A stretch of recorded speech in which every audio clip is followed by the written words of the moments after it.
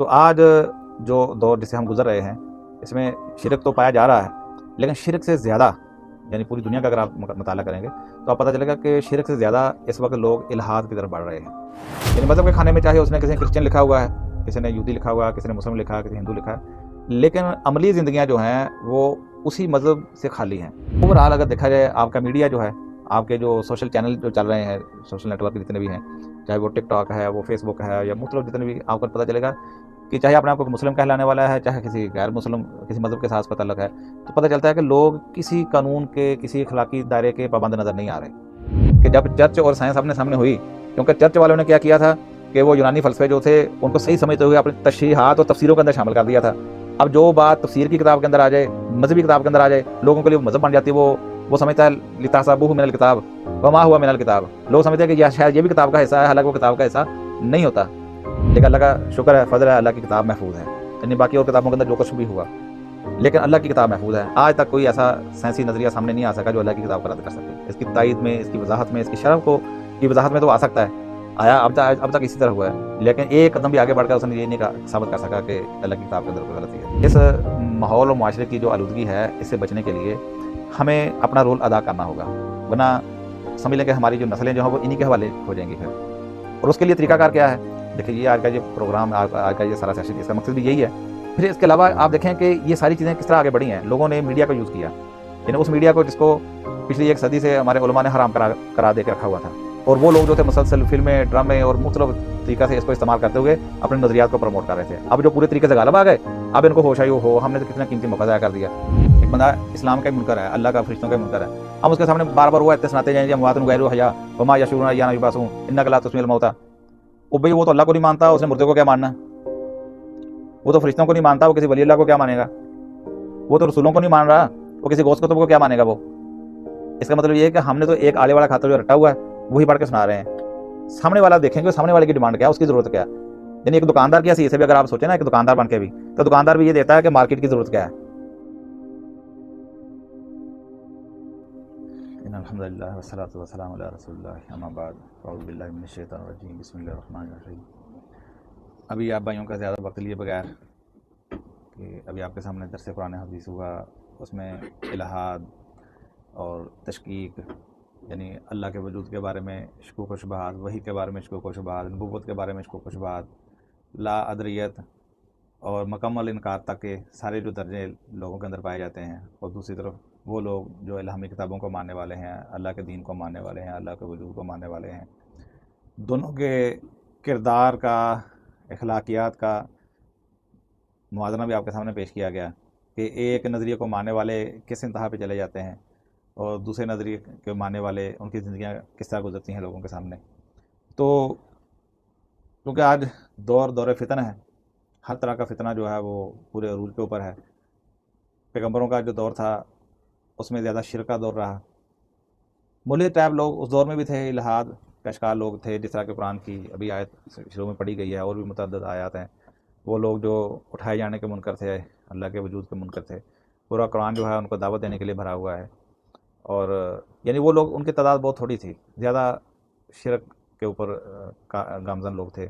تو اس لیے پیغمبروں کی دعوت میں آپ دیکھیں گے کہ توحید کی دعوت نمایاں نظر آتی ہے۔ تو آج جو دور جسے ہم گزر رہے ہیں اس میں شرک تو پایا جا رہا ہے، لیکن شرک سے زیادہ، یعنی پوری دنیا کا اگر آپ مطالعہ کریں گے تو آپ پتہ چلے گا کہ شرک سے زیادہ اس وقت لوگ الحاد کی طرف بڑھ رہے ہیں۔ یعنی مذہب کے کھانے میں چاہے اس نے کسی نے کرسچن لکھا ہوا ہے، کسی نے یہودی لکھا ہوا ہے، کسی نے مسلم لکھا ہے، کسی نے ہندو لکھا ہے، لیکن عملی زندگیاں جو ہیں وہ اسی مذہب سے خالی ہیں۔ لوگوں کے کردار، لوگوں کے معاملات کا مطالعہ کریں گے، صبح سے لے کر رات سونے تک کے ان کے شب و روز کا مطالعہ کریں گے تو پتہ چلے گا کہ وہ نہ تو کسی رب کو جواب دہ ہیں، نہ ان کے یہاں حلال و حرام کی کوئی تمیز ہے، نہ اخلاقیات کا کوئی معیار ہے، نہ ہی وہ کسی الہامی تعلیم یعنی قرآن کے یا کسی کتاب کے پابند آپ کو نظر آتے ہیں۔ یعنی یہاں تک کہ آپ کو امریکہ کا صدر بھی نظر آئے گا تو جو اپنے آپ کو کرسچن کہتا ہے، تو اس کے جو دعوے، اس کے آرڈر، اس کی جو اسکیم ہے وہ آپ کو نظر آئے گی کہ وہ ساری الہادی اسکیم ہے۔ اس کے اوپر جو کیسز ہو رہے ہیں وہ سارے پتہ چل رہے ہیں کہ وہ کسی لا اینڈ آرڈر کا پابند نہیں ہے، کسی شریعت کا وہ پابند نہیں ہے، کسی اخلاقی نظریے کا وہ پابند نہیں ہے۔ تو اوور آل اگر دیکھا جائے آپ کا میڈیا جو ہے، آپ کے جو سوشل چینل جو چل رہے ہیں، سوشل نیٹ ورک جتنے بھی ہیں، چاہے وہ ٹک ٹاک ہے، وہ فیس بک ہے، یا مختلف جتنے بھی، آپ کو پتہ چلے گا کہ چاہے اپنے آپ کو مسلم کہلانے والا ہے، چاہے کسی غیر مسلم کسی مذہب کے ساتھ اس کا تعلق ہے، تو پتہ چلتا ہے کہ لوگ کسی قانون کے، کسی اخلاقی دائرے کے پابند نظر نہیں آ رہے. تو پوچھ کے دیکھ لو، کوئی کہے گا میں کرسچن ہوں، میں ہندو ہوں، میں یہودی ہوں، میں مسلم ہوں. یعنی خود مسلمانوں کا آپ جب دور کیا جانا، میڈیا کا مطالعہ کیا کرنا، آپ ارد گرد دیکھ لیں، مساجد کا حال دیکھ لیں، آپ کسی بھی مسلک کی مسجد میں آپ جا کے دیکھ لیں، ان کی آبادی کا آپ تناسب دیکھیں، پھر اس میں دیکھیں کہ مسجد میں آنے والے لوگوں کی تعداد کتنی ہے، فجر میں کتنے ہوتے ہیں، ظہر میں کتنے ہوتے ہیں، عصر مغرب عشاء میں کتنے ہوتے ہیں. تو یہ ایک اثر ہے، یہ ایک الحاد کا اثر ہے غیر شعوری طور پر. یعنی وہ ویسے سے پوچھ کے دیکھ لو، کہتا ہے وہ جی امال کی کمی ہے، بس امال کی کمزوری ہے، وہ بس جی تھوڑا پریکٹسنگ مسلم نہیں ہے، تو ویسے بندہ اچھا ہے. یعنی کہنے کا مقصد یہ ہے کہ یہ بھی لا دینیت کی طرف بڑھتا ہوا ایک رجحان ہے. مساجد کا خالی ہونا، اور یعنی اذانیں ہو رہی ہیں، لوگ موبائل سامنے رکھا ہوا ہے، ریلز کو سکرول چل رہی ہے اس کو نہیں پتہ اذان کس کی ہوگی، کدھر ہو گئی، نماز ضائع ہو گئی، وقت ضائع ہو گیا، نہیں اس کو کوئی پرواہ نہیں ہے.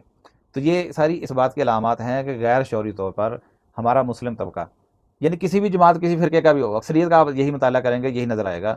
شعوری طور پر دین کو پر عمل کرنے والے، حلال حرام کی تمیز کرنے والے، اللہ کی جواب دہی کا احساس رکھ کر زندگی گزارنے والوں کی تعداد آپ کو بہت چند نظر آئے گی، کم نظر آئے گی، چند لوگ نظر آئیں گے. تو ایسے میں ہماری ذمہ داری کیا ہے؟ یعنی جن کو بات سمجھ آ چکی ہے، اب یہ لوگ ہم کہیں جی ان سے اب نفرت کریں، ان سے دور رہیں، ٹھیک ہے نا، ان کو بگائیں اپنے پاس ہے، یہ تو طریقہ نہیں ہے. اس کے لیے طریقہ تو پھر وہی ہے جو انبیاء علیہ السلام نے اختیار کیا. ان کو بھی ادعو الی سبیل ربک بالحکمۃ والموعظۃ الحسنہ وجادلھم باللتی ہی احسن. یعنی یہ جو لوگ اپنے دلائل بھی، اپنے جواز کے دلائل بھی پیش کرتے ہیں، ان کے ساتھ جو تبادلہ خیال کرنا وہ بھی آسان طریقے سے کرنا ہے. تو آج میرے خیال کہ آج کا جو سیشن ہوا ہے، میرے خیال میں سارا اسی موضوع کے ہی تقریباً نظر ہوا ہے، کیونکہ یہ دور جدید کا فتنہ ہے. اور آپ کو ہر پلیٹ فارم پہ جو روایتی طرز کے مقررین یا اسپیکر تو بہت سارے مل جاتے ہیں، لیکن یہ جو فتنہ بڑھ رہا ہے، اس کے اوپر توجہ دلانے والے اور اس کے اوپر کام کرنے والے بہت تھوڑے لوگ ہیں. اور اللہ کا شکر ہے کہ جس طرح کا فتنہ پیدا ہوتا ہے، اس کا توڑ کرنے والے بھی پیدا ہو جاتے ہیں، لوگوں کو توجہ دلانے والے بھی پیدا ہو جاتے ہیں. آج بہت سارے لوگ ہیں جنہوں نے اس کے اوپر کام کرنا شروع کر دیا ہے. تو لیکن ابھی بھی بہت سارے لوگ ہیں جن کی آنکھیں بند ہیں، وہ پھر وہی بات، وہی پرانی باتیں، وہی قصے کہانیاں اور وہی روایتی طریقہ کار اڈاپٹ کر کے بیٹھے ہوئے ہیں، جس کا رزلٹ یہ ہے کہ یہ جو نسل ہے یہ مزید ان سے یعنی متنفر ہو رہی ہے. جس طرح ابھی آپ کے سامنے بتایا گیا نا کہ جب چرچ اور سائنس آمنے سامنے ہوئی، کیونکہ چرچ والوں نے کیا تھا کہ وہ یونانی فلسفے جو تھے ان کو صحیح سمجھتے ہوئے اپنی تشریحات اور تفسیروں کے اندر شامل کر دیا تھا. اب جو بات تفسیر کی کتاب کے اندر آ جائے، مذہبی کتاب کے اندر آ جائے، لوگوں کے لیے وہ مذہب بن جاتی ہے. وہ سمجھتا ہے لتحسبوہ من الکتاب وما ہوا من الکتاب. لوگ سمجھتے ہیں کہ یہ شاید یہ بھی کتاب کا حصہ ہے، حالانکہ وہ کتاب کا حصہ نہیں ہوتا. وہ سمجھتا ہے شاید یہ اللہ کی تعالیٰ کی طرف سے ہے، حالانکہ وہ اللہ کی طرف سے نہیں ہوتا. تو آج ہمارا یہ معاملہ ہوا کہ ہمارے مذہبی طبقے نے جو کام کیا کہ صوفیوں کے قصے کہانیاں، کوئی صوفی صاحب پانی کو چل رہے ہیں، کوئی ہوا کے اندر اڑ رہے ہیں، کوئی مردے کو زندہ کر رہا ہے، کوئی کشتی کو ڈبو رہا ہے، کشتی کو نکال کے مردوں کو بھی زندہ کر دیتا ہے، تقدیریں بدل رہا ہے. یعنی ایسے آپ کو واقعات، قصے کہانیاں کون سناتا ہے؟ یہ مذہبی لوگ سناتے ہیں، وہ مذہب کے نام پہ سناتے ہیں. ساتھ کہتے ہیں الا ان اولیاء اللہ لا خوف علیہم ولا هم يحزنون، کہ دیکھو جو اللہ کے ولی ہوتے ہیں ان کو غم و خوف کا موقع نہیں ہے. ایک آیت پڑھتے ہیں، اس کے بعد سارے خدائی اختیارات جو ہیں وہ صوفیوں کے حوالے کر دیتے ہیں. پتہ چلتا ہے کہ ایک صوفی صاحب جو ہیں وہ ساری کائنات کا نظام وہی سنبھال کے بیٹھے ہوئے ہیں، کہیں غوث ہے، کہیں قطب کے ابدال. اور جب یہ ہمارا طبقہ جو تھوڑا سا سائنس کی طرف آتا ہے، کوئی دنیاوی علوم کو پڑھتا ہے، وہ دیکھتا ہے کہ یہ مولوی صاحب کیا سنا رہے ہیں ہمیں، یہ مذہبی کتابوں کے اندر کیا لکھا ہوا ہے. اب وہ یہ نہیں سمجھتا کہ یہ اللہ کی کتاب نہیں ہے، لیکن اس نے جس ماحول کے اندر آنکھ کھولی ہوتی ہے وہ یہ سمجھ رہا ہے کہ ہمارے مولوی صاحب قرآن سے پڑھ کے سنا رہے ہیں لتحسبوہ من الکتاب. وہ سمجھتے شاید قرآن کے اندر ساری باتیں لکھی ہوئی ہیں. اچھا، اب چونکہ اس طرح کی بہت ساری باتیں تفسیروں کی کتابوں کے اندر بھی واقعات اس طرح کے شامل ہیں، تو وہ سمجھتے ہیں شاید یہ بھی کتاب کا حصہ ہے، اللہ کی کتاب کا حصہ ہے. تو لوگ پھر مذہب سے، جو حقیقی دین ہے، جو اسلام ہے، جو اللہ کی کتاب ہے، لوگ اس سے متنفر ہونا شروع ہو جاتے ہیں. یعنی مسلمانوں کا بہت سارا طبقہ جو متنفر ہوا، اس کی بڑی وجہ یہ ہے. اسی طرح جو اس دور کے اندر آج سے 3-4 صدیاں پہلے جو سائنسدان مذہب سے متنفر ہوئے تھے اس دور میں، اس وقت میں یہ تھا کہ سائنسی حقائق کچھ اور چیزیں سامنے لا رہے تھے، اور مذہبی طبقہ جو تھا وہ اپنی کتابوں کے اندر کچھ اور چیزیں شامل کر چکا تھا. تو اب وہ چرچ اور سائنسدان آمنے سامنے آ گئے. نتیجہ کیا ہوا کہ چرچ جو تھا وہ شکست خوردہ ہو گیا نظریاتی طور پر، سائنسدان جو غالب آ گئے. لیکن اب سائنسدانوں نے سمجھ لیا کہ شاید ہر مذہبی کتاب کا یہی حال ہے، انہوں نے یہ سمجھ لیا اپنے طور پر، لیکن اللہ کا شکر ہے، فضل ہے، اللہ کی کتاب محفوظ ہے، یعنی باقی اور کتابوں کے اندر جو کچھ بھی ہوا، لیکن اللہ کی کتاب محفوظ ہے۔ آج تک کوئی ایسا سائنسی نظریہ سامنے نہیں آ سکا جو اللہ کی کتاب کو رد کر سکے۔ اس کی تائید میں، اس کی وضاحت میں، اس کی شرف کو کی وضاحت میں تو آ سکتا ہے، آیا اب تک اسی طرح ہوا ہے، لیکن ایک قدم بھی آگے بڑھ کر اس نے یہ نہیں ثابت کر سکا کہ اللہ کی کتاب کے اندر کوئی غلطی ہے۔ تو بھئی اصل میں آنکھیں کھولنے کی ضرورت ہے، ہم نے اپنے اوپر بھی غور کرنا ہے، اپنی جو نسل، یہ بچے، یہ سارے جس ماحول کے اندر پروان چڑھ رہے ہیں، تو جب تک ہم خود، جس طرح وہ اللہ کے نبی علیہ السلام نے مثال دی ہے نا کہ امر بالمعروف و نہی عن المنکر کی مثال، اس طرح کہ کچھ لوگ ایک 2 منزلہ جہاز کے اوپر، کشتی کے اوپر سوار ہوئے، تو اب کیا ہوا تھا کہ وہ جو نیچے والے تھے ان کو بار بار پانی کے لیے اوپر آنا پڑتا تھا ضروریات کے لیے، تو اوپر والے جو تھے وہ تنگ ہو رہے تھے، جی یار آپ کیا ایک ہی دفعہ کام کر لو جو کرنا، بار بار اوپر آ رہے ہو جا رہے ہو، یعنی مقصد ہے کہ جب کٹھے رہتے ہیں تو کچھ چیزیں برداشت بھی کرنی پڑتی ہیں۔ اب نیچے والے نے کہا کہ ہمارے جانے سے وہ بار بار تنگ ہو رہے ہیں، تو لہٰذا ایسا کرتے کلاڑا مار کے نیچے سے پانی نکال لیتے ہیں۔ اب انہوں نے جیسے ہی کلاڑا اٹھایا، اللہ کے نبی علیہ السلام فرماتے ہیں کہ اب اگر اوپر والے جو ہیں نیچے والوں کو نہیں نہ روکیں گے تو نیچے والے تو ڈوبنا ہی ڈوبنا ہے نا، تو اوپر والے بھی نہیں بیٹھ سکیں گے۔ تو بھئی اس ماحول اور معاشرے کی جو آلودگی ہے، اس سے بچنے کے لیے ہمیں اپنا رول ادا کرنا ہوگا، ورنہ سمجھ لیں کہ ہماری جو نسلیں جو ہیں وہ انہی کے حوالے ہو جائیں گی پھر۔ اور اس کے لیے طریقہ کار کیا ہے؟ دیکھیں یہ آج کا یہ پروگرام، آج کا یہ سارا سیشن، اس کا مقصد بھی یہی ہے۔ پھر اس کے علاوہ آپ دیکھیں کہ یہ ساری چیزیں کس طرح آگے بڑھی ہیں، لوگوں نے میڈیا کا یوز کیا، یعنی اس میڈیا کو جس کو پچھلی 1 صدی سے ہمارے علماء نے حرام قرار دے کے رکھا ہوا تھا، اور وہ لوگ جو تھے مسلسل فلمیں، ڈرامے اور مختلف طریقہ سے اس کو استعمال کرتے ہوئے اپنے نظریات کو پروموٹ کر رہے تھے۔ اب جو پورے طریقے سے غالب آ گئے، اب ان کو ہوش آئی، ہو ہم نے تو کتنا قیمتی موقع ضائع کر دیا۔ لیکن اب بھی بہت سارے لوگ جو ہیں وہ پھر وہی قصے کہانیاں سنا رہے ہیں، وہی جھوٹ اسلام کے نام پر سنا رہے ہیں۔ تو ایسے موقع کے اوپر اس میڈیا کو ہم نے بھی یوز کرنا ہے، اپنا حصہ اس میں ڈالنا ہے، ٹھیک ہے؟ تو اس کے لیے ہر بندہ جو ہے اس کو ٹائم نکالنا چاہیے۔ اور ابھی تھوڑی دیر پہلے اکرام بھائی پوچھ رہے تھے کہ پروگرام کیوں نہیں ہوتے، ٹھیک ہے نا جی؟ تو میں نے کہا بھائی ایک بندے کا پروگرام تو نہیں ہے، پروگرام تو سب کا ہے، سب نے مل کے کرنا ہے۔ جب تک ہر بندے کی دلچسپی ایک جیسی نہیں ہوگی، ہر بندہ اس کی اہمیت وہ نہیں سمجھے گا، ایک بندہ اگر آگے بڑھے گا دوسرے سمجھے گا پتہ نہیں اس کو خود نمائی کا کوئی پرابلم ہے، کوئی پتہ نہیں یہ چاہتا ہے کہ مجھے لوگ دیکھیں، یہ مجھے سنیں، ایسا معاملہ نہیں ہے۔ یہ ذمہ داری کا کام ہے، ہر بندہ اس میں اپنا اپنا حصہ ادا کرے۔ لیکن ایک بندہ یہاں پہ ابھی آپ کے سامنے درس ہوگا، سامنے کوئی سننے والا نہیں ہوگا، درس کس کو سنائے گا؟ اس درس کو دینے کے لیے اس نے صرف کچھ دن پہلے تیاری نہیں شروع کی، اس میں کئی سال کا مطالعہ شامل ہے، کئی سال کا مطالعہ شامل ہے، تب جا کے آپ کے سامنے آدھے پونے گھنٹے کا درس ہوا ہے، آپ کے سامنے کتنی قیمتی باتیں آئی ہیں جو آپ نے اس سے پہلے نہیں کبھی سنی ہوں گی۔ اب اس کا جو مطالعہ ہے اتنے سال کا، اگر اس کو سننے والا نہیں تو کس کے سامنے ڈیلیور کرے گا؟ آپ تک وہ قیمتی باتیں کس طرح پہنچیں گی؟ آپ دور جدید کی فتنوں سے کس طرح بچیں گے؟ کوئی آپ تو کسی کو سن ہی نہیں رہے، کیونکہ ہمارا آپ موبائل کھول لیں، کوئی میڈیا ٹی وی کے چینل کھول کے دے لیں تو سامنے کیا ہوگا؟ سارا یہ الہاد ہی تو نظر آئے گا، سارے اسی طرح کے نعرے آئیں گے، کھا لے پی لے یہی ہے زندگی، یہ دل مانگے مور، یہ کیا ہے سارا؟ دل کی سنو، یعنی اس طرح کے عجیب و غریب یعنی سارے نعرے، میرا جسم میری مرضی، آپ کو ساری چیزیں یہ نظر آئیں گی کہ پتہ نہیں یہ زندگی ہے، اور ہم محروم تم شاید ہم ہی ہیں، انجوائے تو یہ کر رہے ہیں، ہمارے بچے بھی یہ سمجھے گا اچھا یہ ہے اصل زندگی کا ماڈل۔ تو اس کے لیے یہ سارے جو ہے وہ پروگرامز ہونے چاہیے، جہاں پہ ہو بھی رہے ہیں ہمیں تو پتہ ہے، یہاں بھی ہو رہے ہیں، باقی جگہوں پہ بھی ہونے چاہیے، لیکن ہر بندے کو اپنا حصہ اس میں ڈالنا چاہیے۔ حصہ ڈالنے سے مراد یہ نہیں کہ اسے پیسے مانگے جاتے ہیں، مولوی تو ہے نہیں کوئی پیسے مانگے بھی چلو جی شہباز صاحب آئے ہیں اس کے لیے 50,000 روپے جمع کر لو، اب 50,000 جمع نہیں ہو رہا ہے تو ہم شہباز صاحب آگے تقریر کر نہیں سکتے، یعنی ایسا تو مسئلہ نہیں ہے، صرف وقت نکالنا ہے۔